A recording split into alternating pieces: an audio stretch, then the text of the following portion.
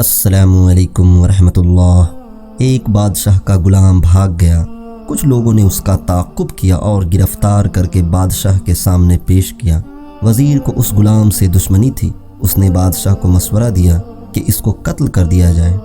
गुलाम ने हाथ बांधकर अर्ज़ की कि हुजूर के हुक्म के सामने मेरा सर खम है, लेकिन क्योंकि मैं हुजूर का नमक खाकर पला हूँ, इसलिए नहीं चाहता कि क़यामत के दिन आप पर मेरे कत्ल नाहक का इल्ज़ाम लगाया जाए।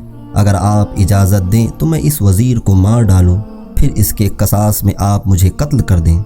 इस सूरत में मेरा कत्ल जायज़ होगा। बादशाह हंस पड़ा और वज़ीर से कहा, अब तेरी क्या राय है? उसने कहा, जहाँ पना मेरे राय में ये मुनासिब है कि खुदा के लिए अपने पितर बुजुर्गवार की कब्र के सदक़े में इसको आज़ाद कर दीजिए, ताकि ये मुझे किसी बला में ना फंसा दे। दरसे हयात, जब तू किसी दुश्मन पर तीर चलाए तो ये जान ले कि तू भी उसके निशाने पर है।